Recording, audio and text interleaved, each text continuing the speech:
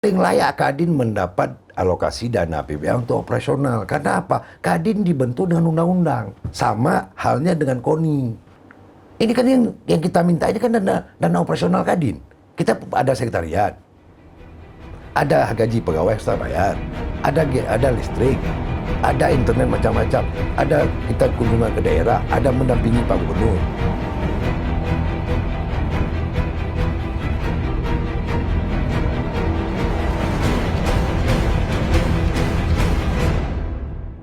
Assalamualaikum warahmatullahi wabarakatuh. Kembali lagi dengan saya Siti Aminah di channel PTM, tepatnya di episode ke-82 tahun kedua, edisi Kamis 2 Juni 2022. Bagi rekan lo yang belum subscribe, silahkan subscribe, dan kita masih menunggu komentar yang positif pastinya. Baik rekan PTM, saya ingin memberitahukan informasi sekilas tentang PTM. Mulai hari edisi Kamis 2 Juni 2022, channel PTM tayang mulai jam 10 pagi setiap Senin dan Kamis. Kami sebagai kru PTM mengucapkan terima kasih kepada rekan PT Memandum karena sudah like, share, and subscribe podcast kita.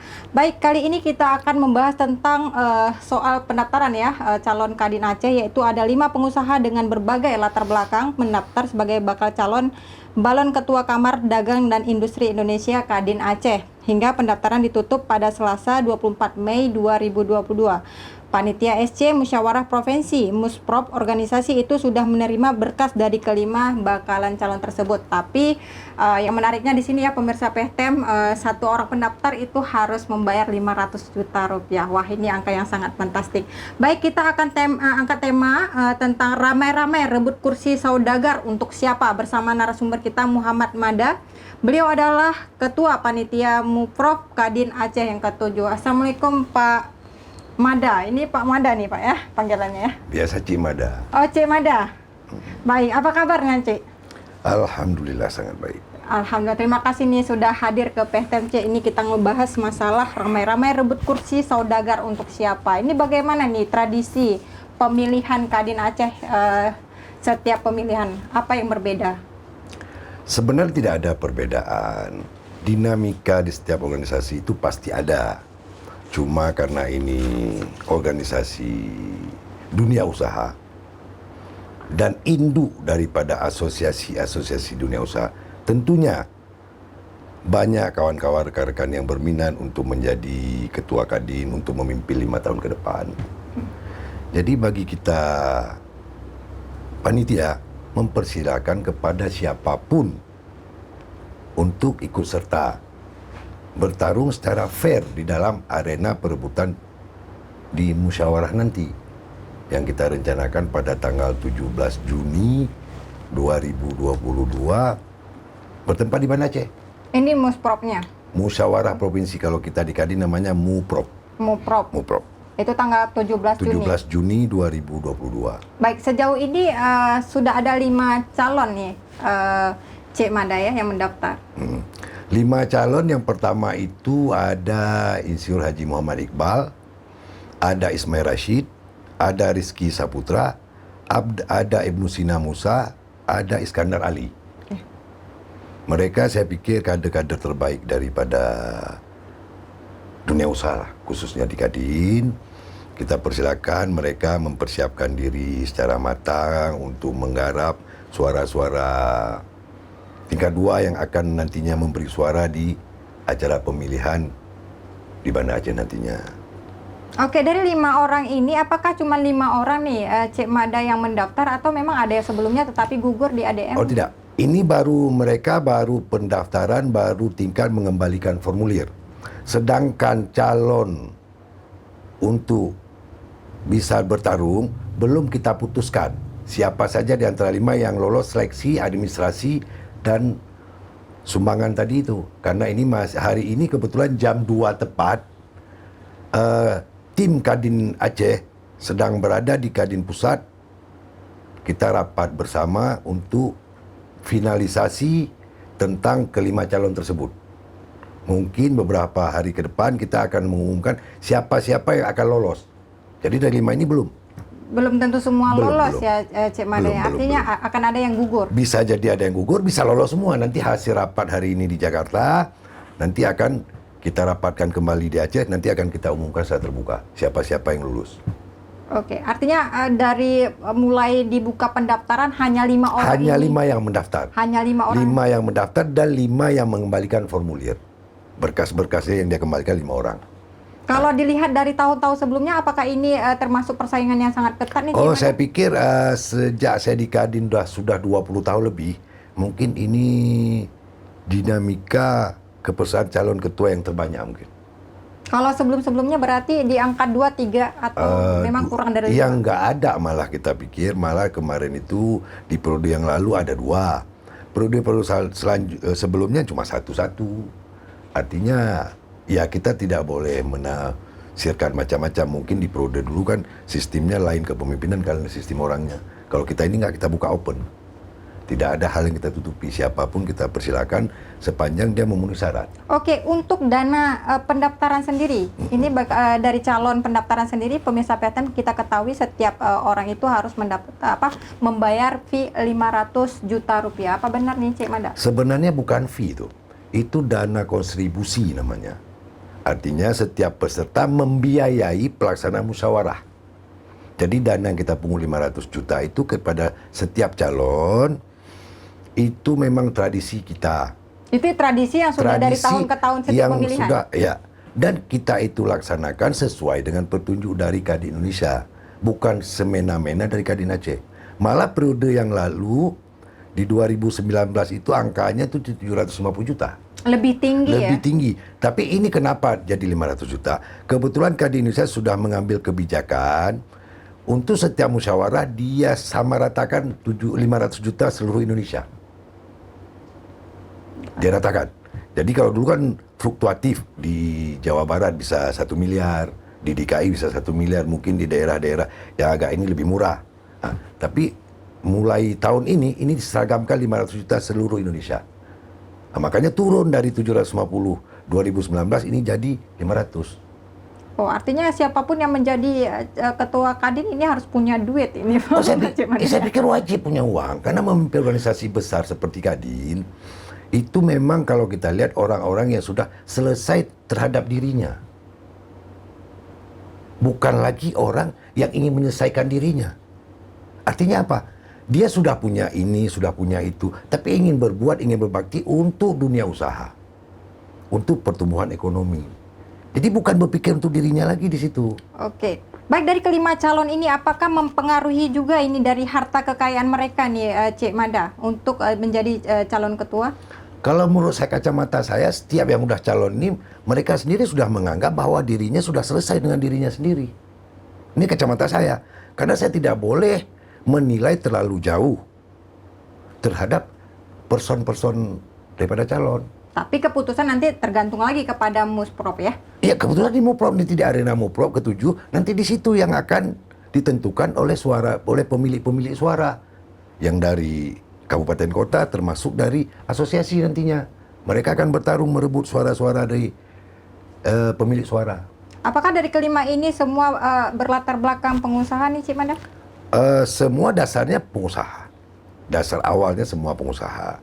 Mungkin ada yang sudah beralih sedikit, terus sudah masuk ke politik.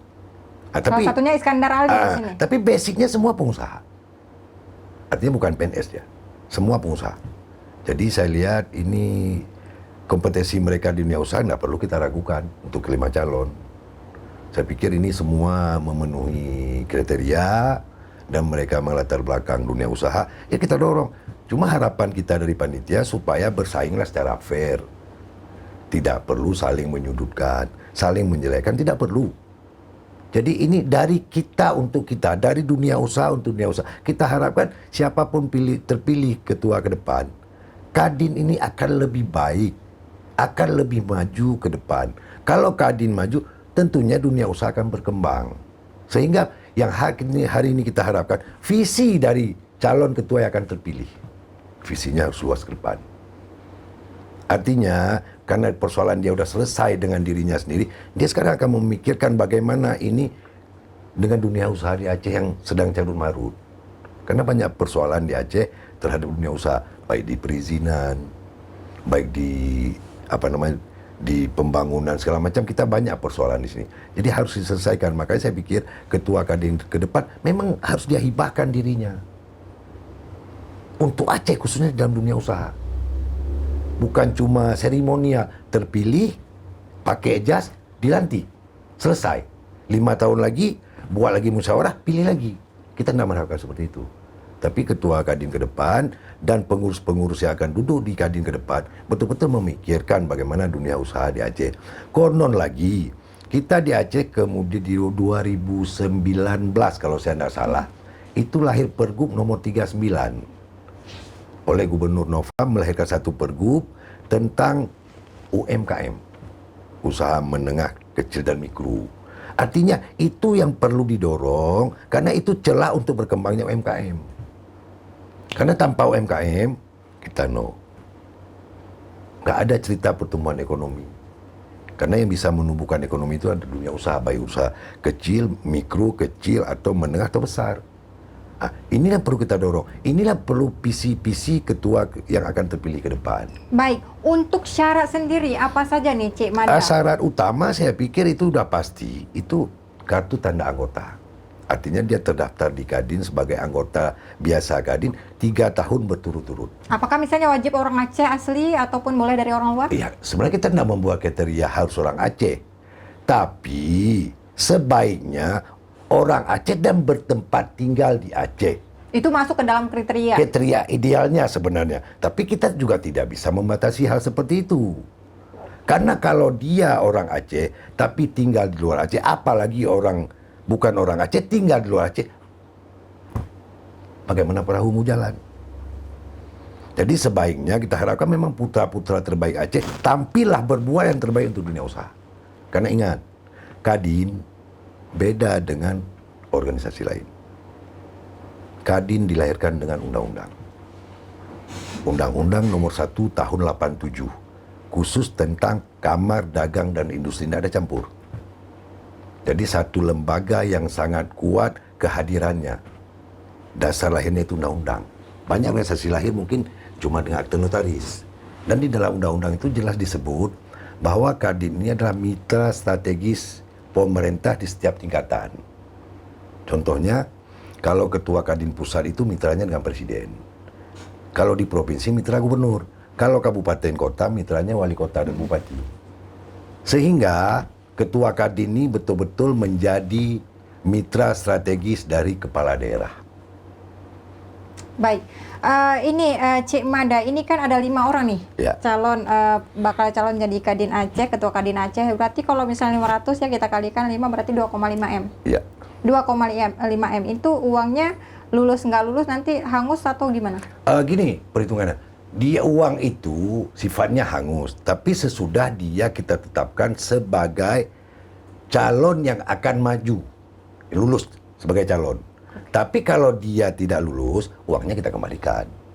Tidak berarti dia daftar, dia kasih uang langsung hangus, tidak.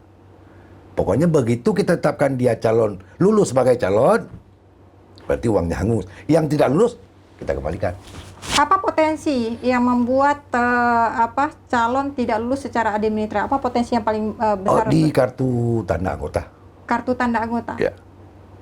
Maksudnya di sini kartu tanda anggota memang harus lama. Setiap tahun.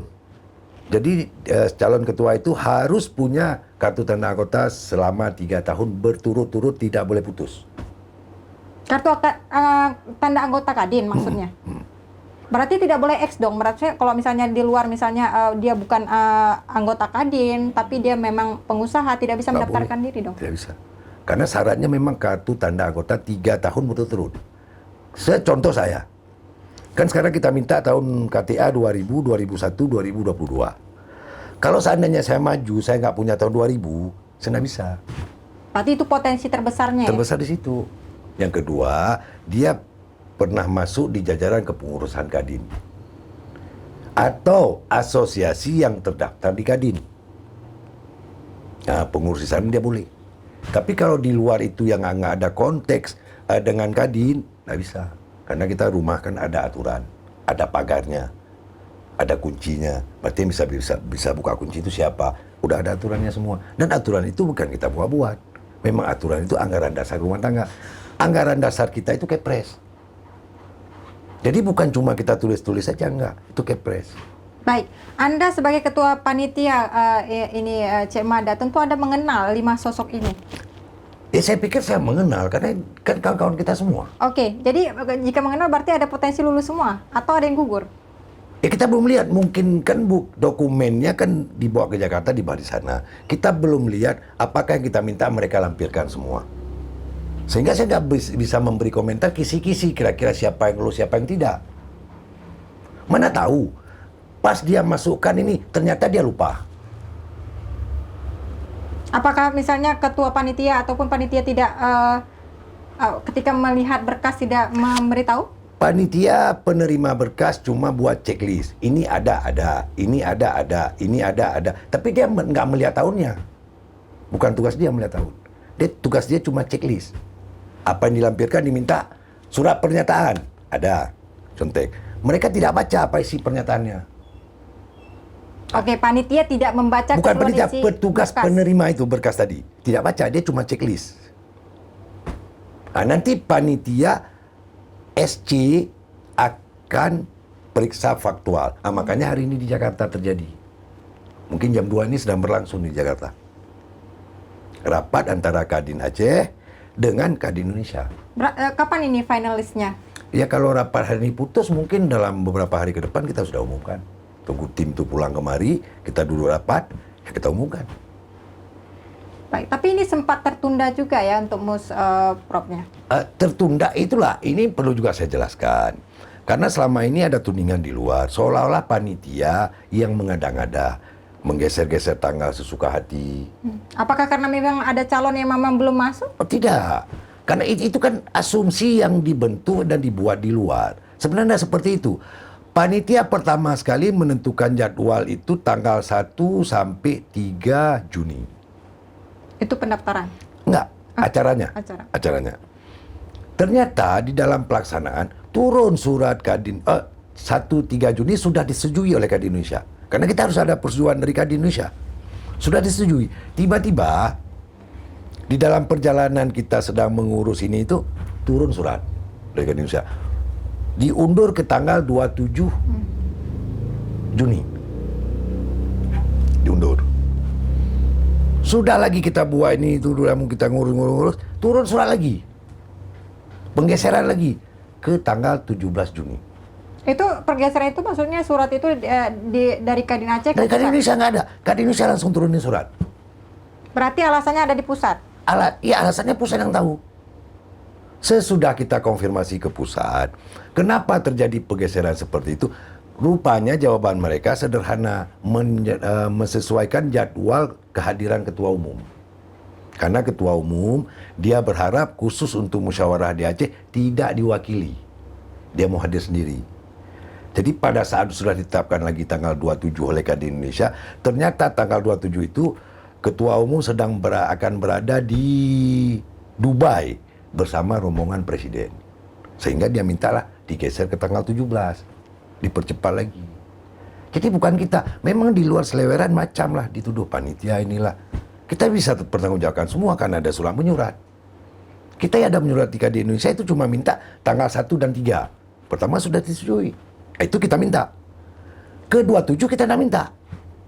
Otomatis dari mereka. Dari 27 ke 17 dari mereka juga, bukan dari kita. Sebenarnya kita sudah berharap 1 sampai 3 kemarin sudah selesai. Artinya penundaan ini diputuskan oleh pusat. Oleh pusat. Pusat ya, Cik Mada. Penuh pusat. Tidak ada urusan dengan Kadin Aceh. Ya. Tidak ada urusan dengan panitia. Jadi sehingga jangan ada asumsi di luar. Oh ini panitia main-main. Atau panitia ingin begini. Nggak ada itu semua. Itu cuma asumsi-asumsi yang dibentuk tanpa dasar saya pikir. Sehingga kalau kawan-kawan media atau silakan ke kantor Kadin, kita buka dokumennya nanti semua. Kita perlihatkan.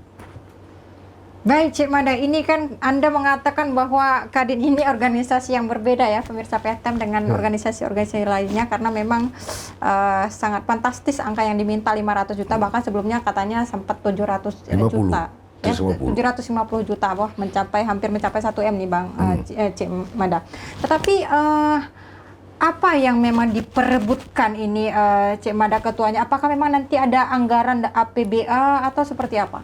Nggak ada. Tidak ada apapun yang diperebutkan sesudah dia jadinya nanti. Yang ada kayak saya bilang tadi, karena dirinya sudah selesai dengan persoalan ekonomi, dia ingin berbuat. Ingin berbuat. Artinya Kadin Aceh tidak dapat apa anggaran dari pemerintah? Tidak ada, Ibu? tidak ada. Yakin Cik Mada? Boleh APBH? boleh kita audit. Tidak ada. Tahun-tahun sebelumnya juga seperti Tidak itu? ada. Jadi kalau dibilang Kadin ini nerima ini nggak ada. Boleh dicek ke pemerintah Aceh. Kalau kita pikir paling layak Kadin mendapat alokasi dana APBH untuk operasional. Karena apa? Kadin dibentuk dengan undang-undang. Sama halnya dengan KONI. Sama dengan halnya dengan KNPI. Sama dengan halnya dengan Pramuka. Sama halnya dengan PMI. Cuma bidang kita aja beda-beda. Tapi kita kan punya bidang masing-masing. Pramuka mengurus Pramuka. PMI mengurus bagian darah. Kita mengurus dunia usaha. Itu diamanahkan oleh undang-undang. Sebenarnya kita wajib mendapatkan itu, tapi kita tidak pernah dapat itu. Tidak pernah dapat atau tidak pernah meminta? Pernah meminta. Tapi tidak pernah dapat?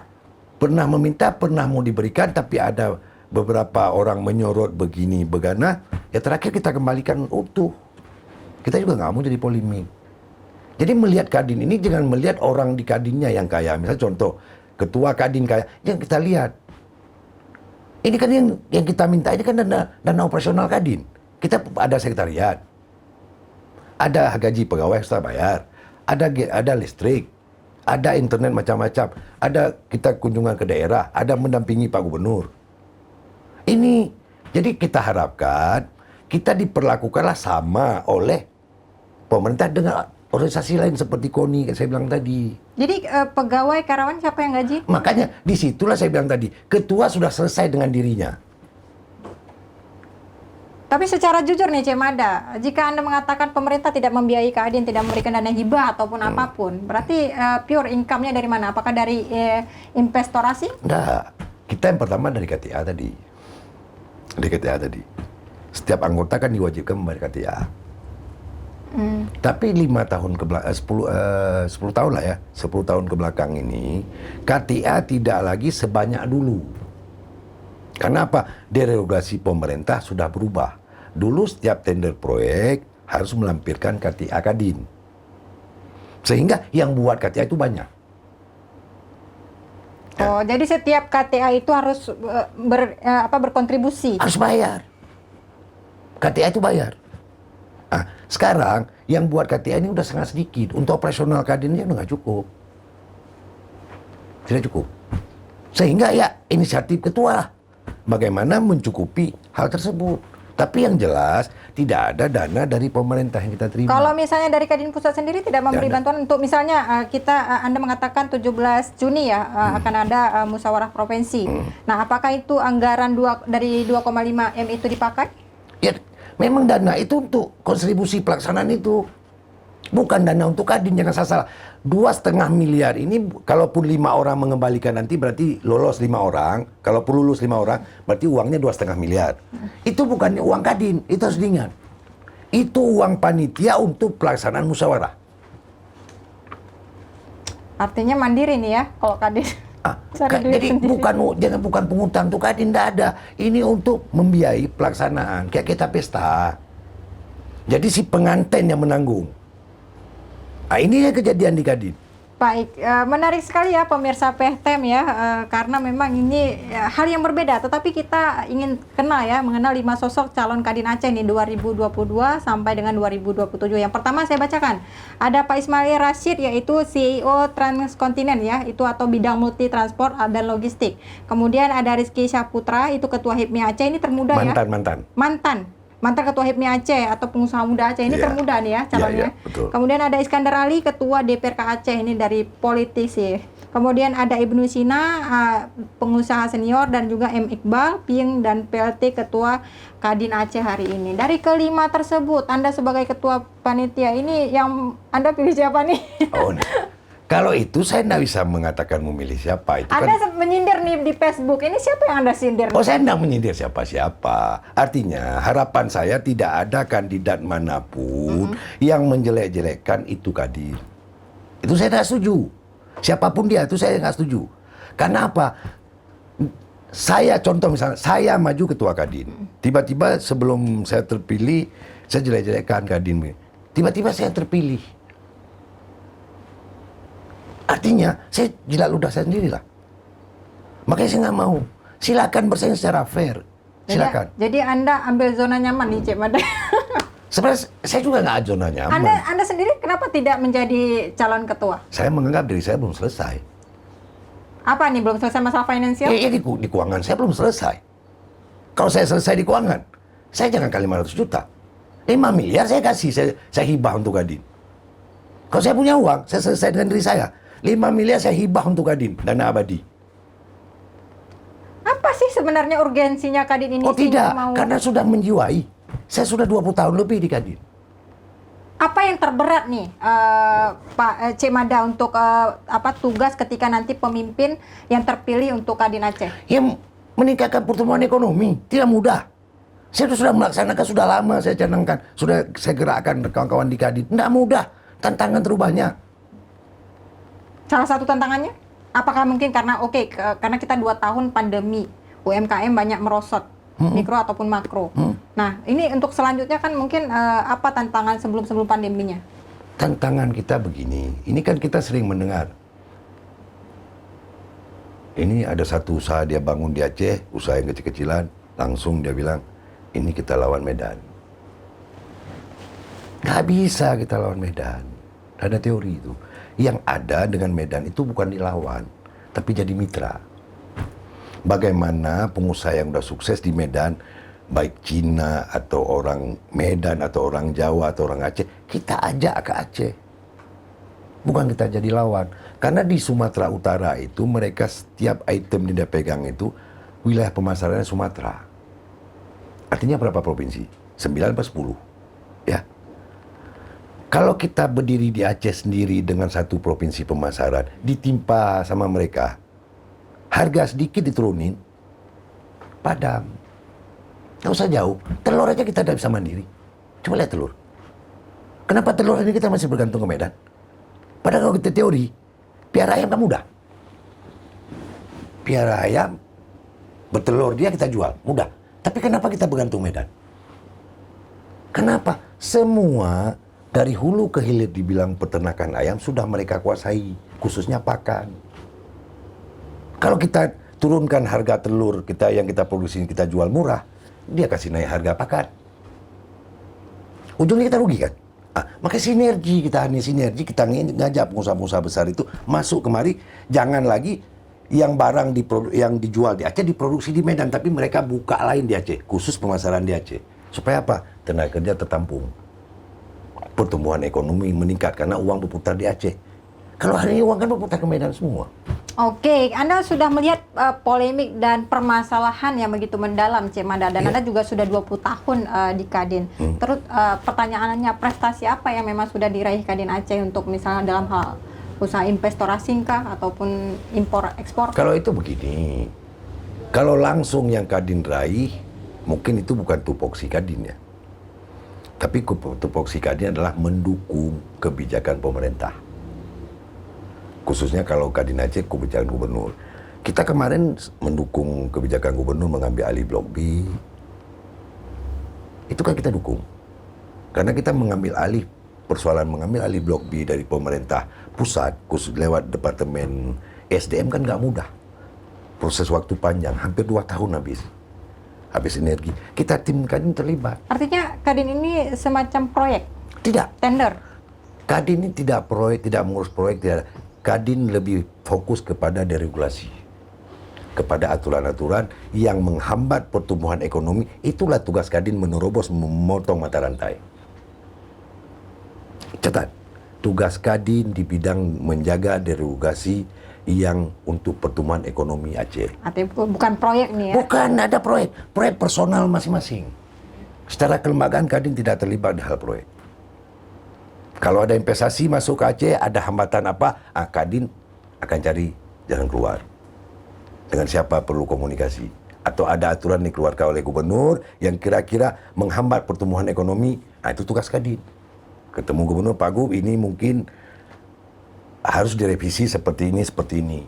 Untuk Artinya setiap investor datang adalah Cik Mada, fee-nya sedikit walaupun Oh, tidak ada. banyak. Tidak. Anda menutupi atau seperti Tidak, apa? itu fakta. Tidak ada yang kita tutupi. Itu fakta. Tidak ada Vivian. Tidak ada Vivian di Kadin. Tidak ada Vivian. Dasar pun mereka memberi fee ke Kadin apa? Kadin tidak mengeluarkan perizinan. Kita cuma menjaga deregulasi tadi yang dikeluarkan oleh pemerintah jangan sampai menghambat pertumbuhan ekonomi. Atau ada investor masuk dihalang-halangin oleh aparat-aparat misal di daerah, misal oleh dinas terkait. Itu Kadin masuk. Kenapa ini nggak keluar? Kenapa ini terhambat? Jadi nggak ada Vivian, nggak ada. Mana ada investor datang Kadin nggak CV? Nggak ada. Kita beri jamin itu. Kita kan sedih. Bagaimana kasus semen Indonesia di Laung? Intinya tidak ada pengusaha, tidak ada usaha yang tidak menguntungkan nih Cik Mada. Atau tidak ada usaha yang tidak dirugikan ketika sudah investor. Oh, cukup dengan KTA sendiri? Kan saya sudah bilang tadi. Jadi ketua Kadin itu udah selesai pribadinya. Makanya harapan saya ke depan, siapapun jadi ketua Kadin, dia udah selesai dengan pribadinya. Artinya Anda mau mengatakan begini, siapapun jadi ketua Kadin itu anggap aja bersedekah untuk umat. Oh iya. Kalau saya bilang tadi, seandainya saya selesai dengan diri saya akan hibah untuk Kadin 5 miliar dana abadi. Baik, terima kasih Cik Mada atas waktunya hari ini. Mungkin ada closing statement nih Cik Kalau Mada. closing saya sederhana aja. Saya harapkan kepada calon yang sudah mengembalikan formulir, biarpun belum kita putuskan siapa-siapa nantinya yang akan bertanding, kita harapkan bersainglah secara fair. Tidak usah perang opini di media. Tidak perlu saling menjelek-jelekkan, tidak perlu membentuk yang tidaklah. Silakan kerja dengan menggarap pemilik suara. Itu aja harapan saya. Semoga Kadin ini bisa terpilih ketua yang betul-betul seperti yang kita harapkan. Dan tidak ada intervensi dari... Iya, kita harap itu. Ya udah pastilah, jangan ada intervensi. Biar aja mandiri aja Kadin ini. Jadi biar berjalan seperti air mengalir. Baik, terima kasih Cik Mada atas waktunya. Semoga kita bisa berdiskusi lagi di lain waktu. Baik, pemirsa PTM, tonton terus channel kita di setiap hari Senin dan Kamis mulai jam 10 pagi. Jangan lupa like, share, and subscribe. Saya Siti Aminah, mohon undur diri. Assalamualaikum warahmatullahi wabarakatuh.